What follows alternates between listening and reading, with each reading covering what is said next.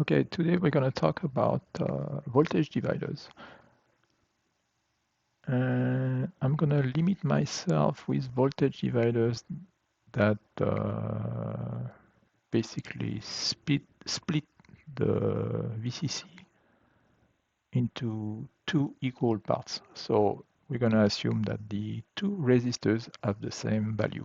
So if you look at this voltage divider on the left, you can see that I put 10K and 10K on the resistors. This is usually what you do when you have no clue about what you're doing. Just put 10K and 10K and hope that it's okay.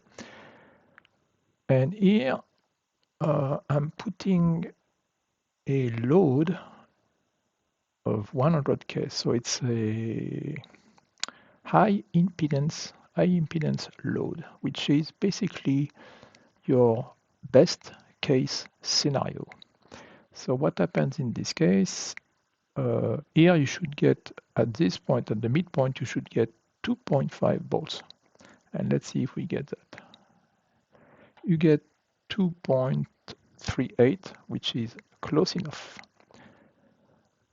You don't get exactly 2.5 because, as you can see, the 100K, which represents the load, is in parallel with the 10K, the 10K being the second leg of your voltage divider, which means that the resistance of your second leg is going to be a little bit less than 10K, hence 2.38 instead of 2.5. But this is good enough. So this is a perfect scenario for the voltage divider. You have your two 10Ks, and here you have a load with a high impedance. So that's perfect. The problem is that sometimes I think it's a bad idea. You may want to connect a load that has a low impedance. In this case, I'm going to put 100 ohms as the load impedance, but otherwise the same setup. So what happens then?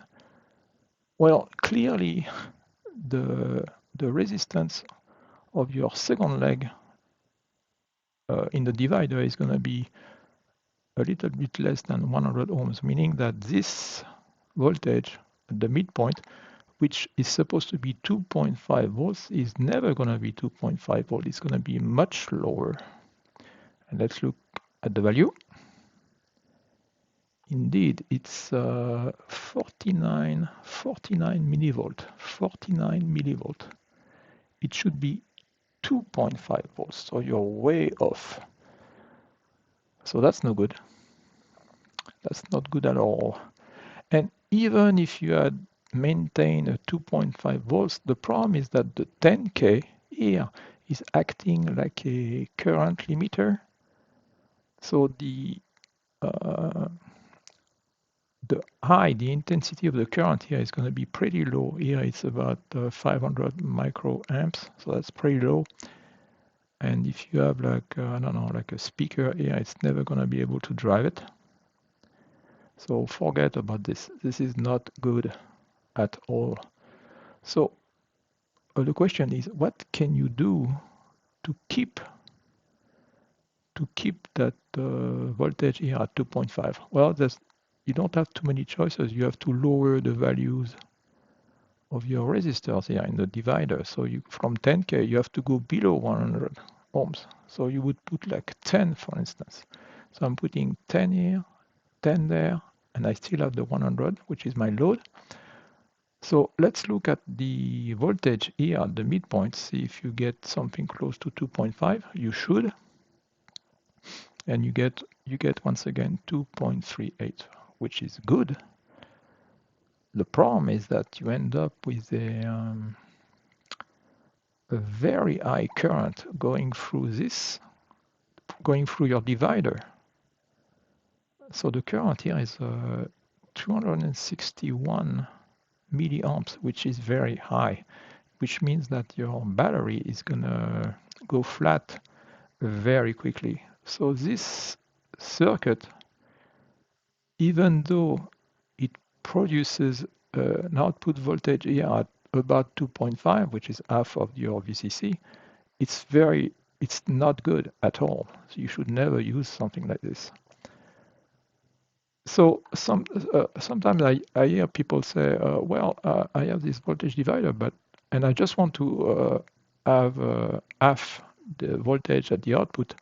What value should I put here? Should I put 10K here and there? Should I put 100K? Should I put 100 ohms, 10 ohms, whatever?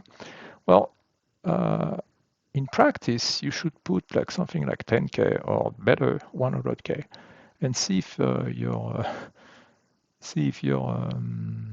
gizmo works. If it doesn't work, and probably because your load impedance is too low, then it means that you should not try to change this too much. I mean, maybe you can go to 1K, maybe, but if your load impedance is low, like if it is a speaker, you should never use a voltage divider to drive it. Okay, so that's all I wanted to say today about voltage dividers, and I see you in the next video. Bye.